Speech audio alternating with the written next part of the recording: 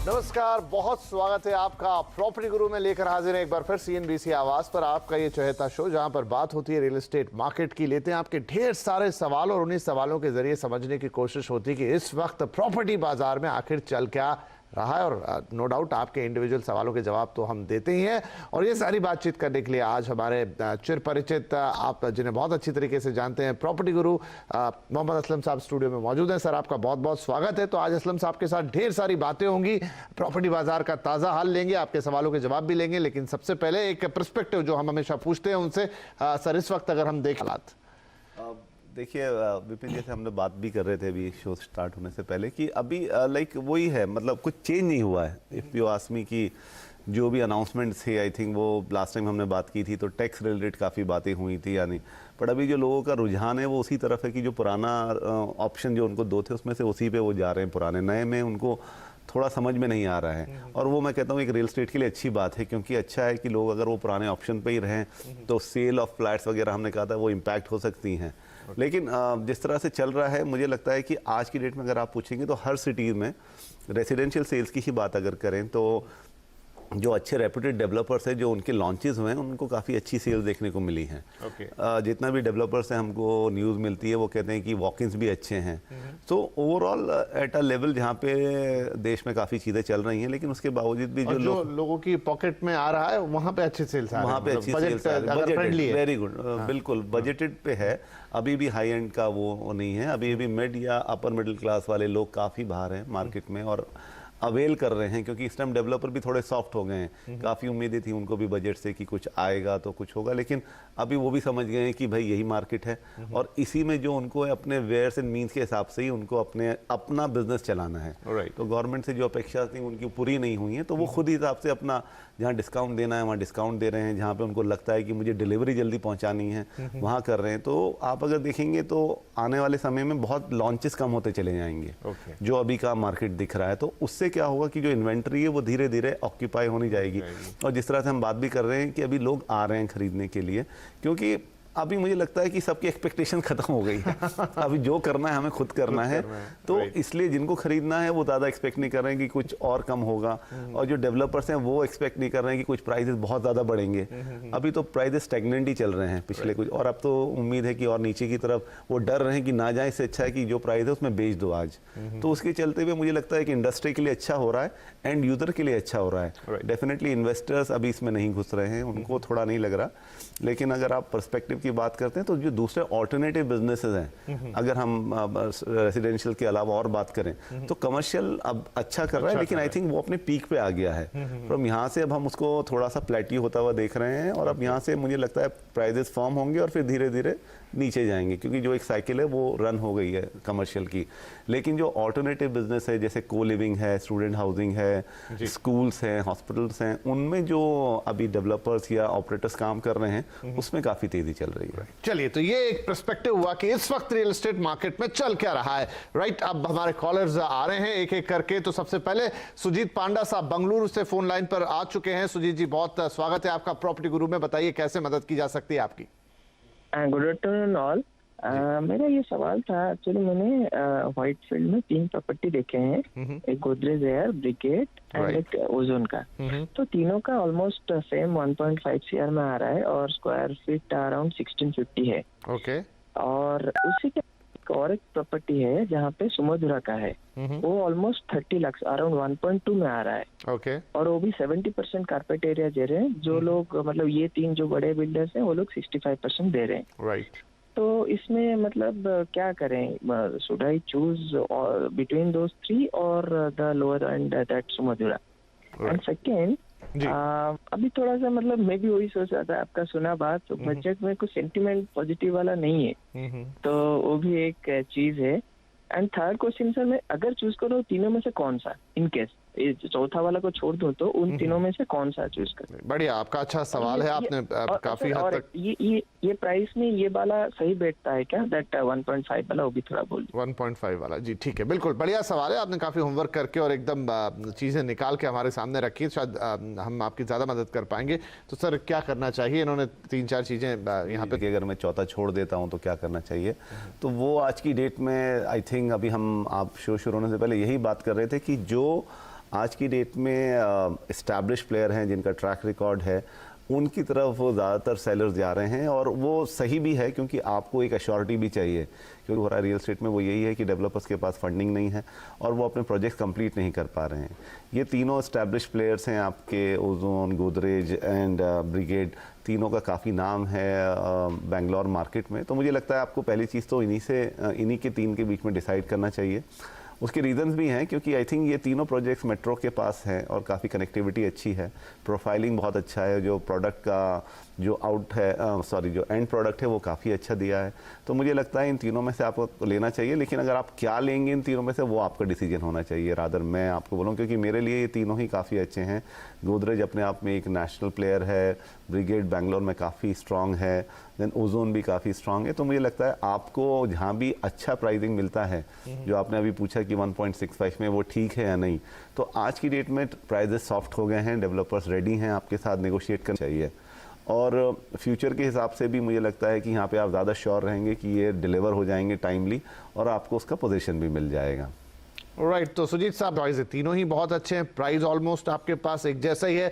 अब आपका प्रेफरेंस क्या है, आपको किसका डिज़ाइन ज़्यादा पसंद आ रहा है? तीनों ही कंपनियां ऐसी जो आपको ऑलमोस्ट वक्त पे भी डिलीवर कर देंगी, लेकिन लोकेशन वाइज या कई बार होता है कि भाई एक चीज़ अच्छी लग रही है जिससे बेहतर कर पाए, बहुत अच्छी बात होगी। तो इन तीन के बीच में एक चुन लीजिए, तीनों एट पार हैं। अब आपकी पर्सनल चॉइस जो अच्छी लग जाए, जो कलर आपको पसंद आ जाए, जो डिज़ाइन आपको पसंद आ जाए, उस हिसाब से आप इसमें आगे बढ़ सकते हैं। चलिए, तो ये सलाह हुई। और अब हमारे साथ हैं विमल कुमार साहब, मुंबई से हमें कॉल कर रहे हैं। विमल जी, बहुत स्वागत है।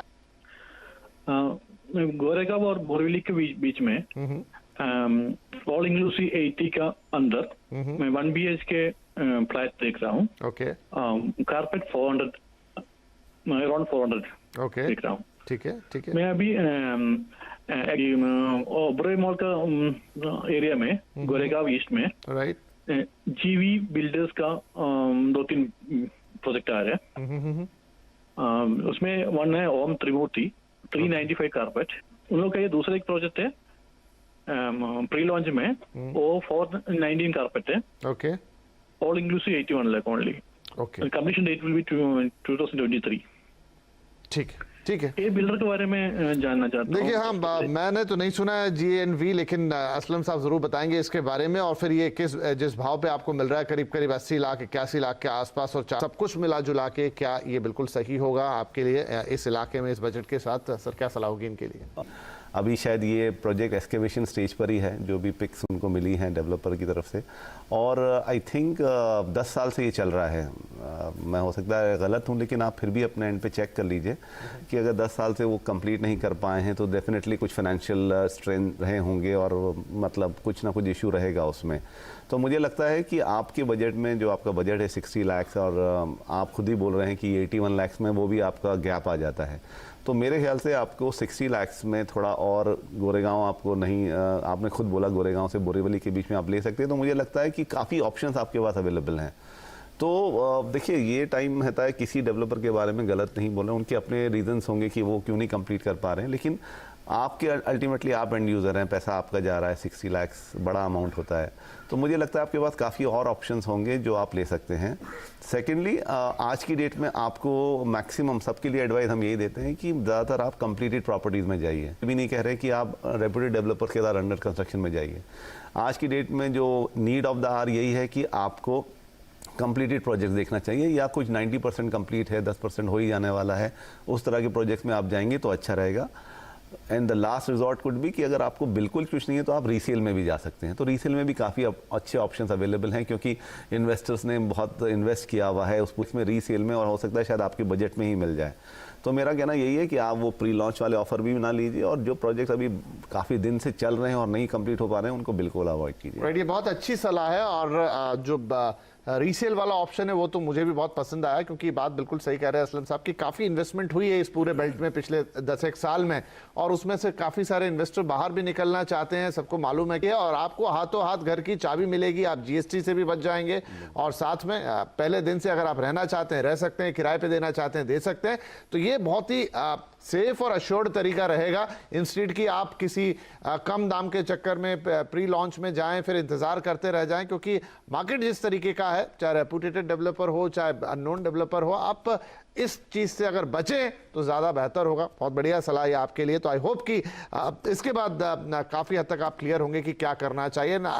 उम्मीद ये बढ़े, लेकिन प्री लॉन्च वाले से और अननोन डेवलपर में जहां भी हैं जो आपने घर देखे वहां तो आप थोड़ा बचने की कोशिश करें तो बेहतर होगा। चलिए, इसी सलाह के साथ वक्त हो गया एक छोटे से ब्रेक का। ब्रेक के बाद लेंगे कुछ और सवाल और चर्चा जारी रहेगी रियल एस्टेट मार्केट में।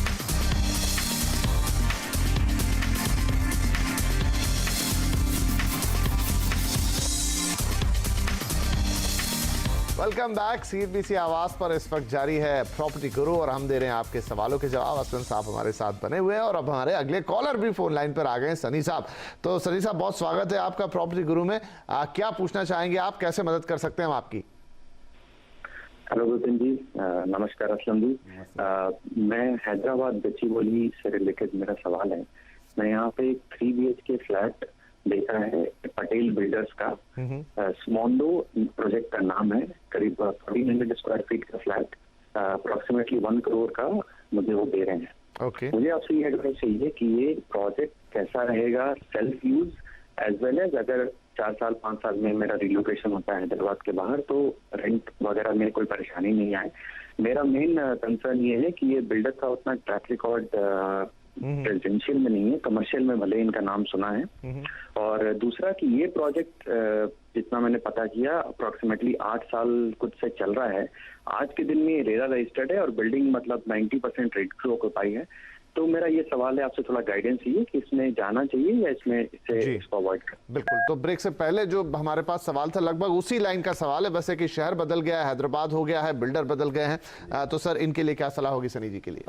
देखिए, आई थिंक इनकी इसमें एक चेंज है पिछले सवाल से कि ये कह रहे हैं कि 90% कंप्लीट है बिल्डर। सो देखिए, उसमें चांस बनता है कि आपने अगर ये देखा और आपको आपने जैसे बोला है कि आपको ये एरिया पसंद है और ये प्रोजेक्ट भी आपको अच्छा लग रहा है, तो मुझे लगता है कि अगर 90% कंप्लीट है और आपने, वैसे तो आपका कहना बिल्कुल सही है, 2012 से ये प्रोजेक्ट चल रहा है और डिलेड है प्रोजेक्ट एक्चुअली, 8 साल हो गए उनको बनाने के लिए। तो बट इसमें एक ही पॉजिटिव मुझे दिख रहा है कि 90% कंप्लीट है। अगर ये नहीं होता तो मैं शायद आपको अवॉइड करने के लिए बोलता था, लेकिन फिर भी मैं आपको एडवाइस करूँगा कि आप इसका पूरी तरह ड्यू डिलिजेंस कर लीजिए कि 90% भी कब बना था। ऐसा तो नहीं है कि 90% 5 साल पहले बन के खड़ा है और उसके बाद 10% में कुछ इश्यूज़ चल रहे हैं। तो उसका तरीका भी हम लोग हमेशा बोलते हैं कि अगर आप किसी लोन के लिए जा रहे हैं तो बैंक से पता कीजिए, उनके यहाँ ये अप्रूव्ड होना चाहिए प्रोजेक्ट, और बैंक के जो लॉयर्स है वो आपसे एक नॉमिनल फी लेके उसको ड्यू डिलिजेंस कर लेते हैं। तो बिफोर गिविंग एनी टोकन वगैरह मुझे लगता है आपको एक प्री सैंक्शन लोन से आप उसको पता भी कर सकते हैं, जहाँ पे आपका पैसा कम खर्च होता है और आपको सही सलाह मिल जाती है फ्रॉम द बैंक। आखिरी सलाह यही होगी कि अगर आपको थोड़ा सा भी डाउट है तो डेफिनेटली किसी कंप्लीटेड बिल्डिंग में लीजिए, किसी रेपुटेड डेवलपर्स के साथ लीजिए, क्योंकि अभी हैदराबाद में अभी भी प्राइस इतने ज़्यादा नहीं बढ़ गए हैं कि आपको आपके बजट में पैसा प्रोजेक्ट ना मिले। तो मेरी एडवाइस यही है कि बहुत ज़्यादा श्योर होकर ही आप प्रोजेक्ट में एंटर करें, अदरवाइज किसी और रेपुटेड डेवलपर्स के भी आप 1-2 ऑप्शन देख सकते हैं, क्योंकि आपके पैसे यहाँ काफ़ी सारे लगने वाले हैं और आपको इनफैक्ट घर सबके लिए अच्छा होता है, सबकी इच्छा होती है, तो आप क्यों ऐसी जगह जाके फंसेंगे जहां पर कुछ भी डाउट है। तो एक बार क्लियर कर लीजिए अगर आपको प्रॉपर्टी बहुत पसंद आई है तो, नहीं तो ढेर सारे और ऑप्शन भी आपको गच्चीबावली में 19-20% के डिफरेंस पर जरूर मिल जाएंगे। तो आई होप कि ये सलाह आपके काम आएगी। एक बार ड्यू डिलिजेंस बैंक से भी जरूर कर लें। चलिए, सनी साहब के लिए हो गई सलाह। अगले कॉलर है हमारे साथ ऋषभ मोंगा साहब, गाजियाबाद से हमें फोन कर रहे हैं। ऋषभ जी, बहुत स्वागत है आपका। बताइए क्या मदद करें हम आपकी? नमस्कार सर। नमस्कार। हेलो जी बताएं, बिल्कुल सुन पा रहा हूं मैं आपको। नमस्कार सर जी। अरे मैं राजनगर एक्सटेंशन में मिक्सन अथर्व करके प्रोजेक्ट है, ओके, उसमें इन्वेस्ट करने का सोच रहा था सर। 1665 स्क्वायर फीट का फ्लैट है सर, जिसका प्राइस अराउंड 57 लाख है। ओके। एंड इसकी पोजीशन है जून 2024। तो सर मुझे ये जानना था कि बिल्डर कैसा है, मींस इसका track record and all, and what I can expect like after 4 years. ठीक है, अप्रिसिएशन आप जानना चाहते हैं, तो आप रहेंगे यहाँ या ये सिर्फ आप एक इन्वेस्टमेंट करना चाह रहे हैं? ये इन्वेस्टमेंट करना चाह रहे हैं सर। तो प्योर मैं रहता इसी एरिया में हूँ ऑलरेडी। Okay okay. बढ़िया। तो अगर आप उस एरिया में रहते हैं तो आप बहुत अच्छा जानते होंगे एरिया के बारे में भी, और वहीं इन्वेस्टमेंट आप कर रहे हैं। बात है कि बिल्डर कैसे हैं, डेवलप 2024 तक आपको डिलीवर कर पाएंगे कि नहीं, और जिस रेट पर ये मिल रहा है क्या वो सही है, ये सवाल हम पूछेंगे असलम साहब से। सर, क्या सलाह होगी इनके लिए? देखिए, एक एडवांटेज रहता है कि आप जिस एरिया में रहते हैं तो अगर उधर ही बिल्डिंग में आप इन्वेस्ट कर रहे हैं तो थोड़ा आप मॉनिटर कर पाते हैं चीज़ों को। हमारे जो पिछले सवालों के जवाब हैं वो रिमेन सेम कि आपको वो सब चेक करना है। डेवलपर के बारे में यही है कि ये अफोर्डेबल और मिड सेगमेंट में काम करते हैं, और कुछ नेगेटिव तो मैंने इनके बारे में नहीं सुना है। सो आप क्योंकि उधर ही उसी एरिया में रहते हैं ऋषभ जी, तो आपको थोड़ा खुद चेक करना पड़ेगा कि प्रीवियस ट्रैक रिकॉर्ड क्या रहा है, क्या उन्होंने बनाया है, और अभी ये बिल्डिंग भी किस हद तक बन गई है। जो भी है, आप इन्वेस्टमेंट करना चाहते हैं तो बस मैं इतना कहूँगा कि क्योंकि अभी ये एरिया अभी डेवलप हो रहा है, राजनगर एक्सटेंशन और नेशनल हाईवे 24, फिर वो मेरठ से कनेक्टिविटी, ऑल दैट वो हो रहा है और इस पर काम भी अच्छा चल रहा है, मेट्रो की भी बातें हो रही हैं। बट ये चीज़ें सब कंप्लीट होते होते आपका जो 4 साल का होराइजन है उसमें शायद नहीं हो पाएगा। तो आपका होराइजन अगर इसको आप 7 से 8 साल करते हैं तो डेफिनेटली आपको अच्छे अप्रिसिएशन मिलने के चांसेस हैं, लेकिन 4 साल में तो मुझे थोड़ा मुश्किल लगता है। प्राइस क्योंकि आपको ठीक ठाक मिल रहा है कुछ 3000 के करीब, तो मुझे लगता है कि अगर आपको बाकी चीज़ें सेटिस्फाइड है और आप अपना होराइजन बढ़ा सकते हैं तो डेफिनेटली आप इसमें इन्वेस्ट कर सकते हैं।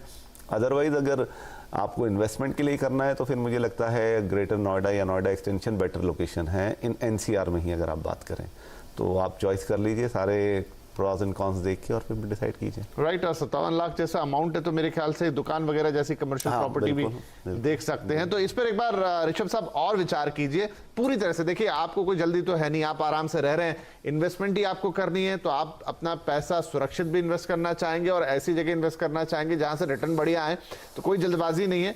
अब आप कमर्शियल प्रॉपर्टी के लिए भी सोचिए, आप घर लेना चाहते हैं तो उसके लिए भी सोचिए, और जैसा असलम साहब कह रहे हैं कि भाई दूसरे इलाके हैं जहां बेहतर अभी आपको इन्वेस्टमेंट पे रिटर्न मिल सकते हैं, वो भी उसमें एक पॉइंट रहेगा। बनी बनाई प्रॉपर्टीज भी तैयार खड़ी हैं जहां आपको कोई रिस्क नहीं रहेगा, वहां भी इन्वेस्ट कर सकते हैं। तो 2-3 पॉइंट्स हैं, एक बार रिहाइश कीजिए, दोबारा सोचिए, हमें फिर दोबारा लिखिए, हम आपकी आगे और मदद करेंगे, लेकिन सोचने के लिए आपको कुछ पॉइंट देके जा रहे हैं। राइट। तो इसी के साथ वक्त है एक छोटे से ब्रेक का। ब्रेक के बाद कुछ और सवाल, कुछ और बातें।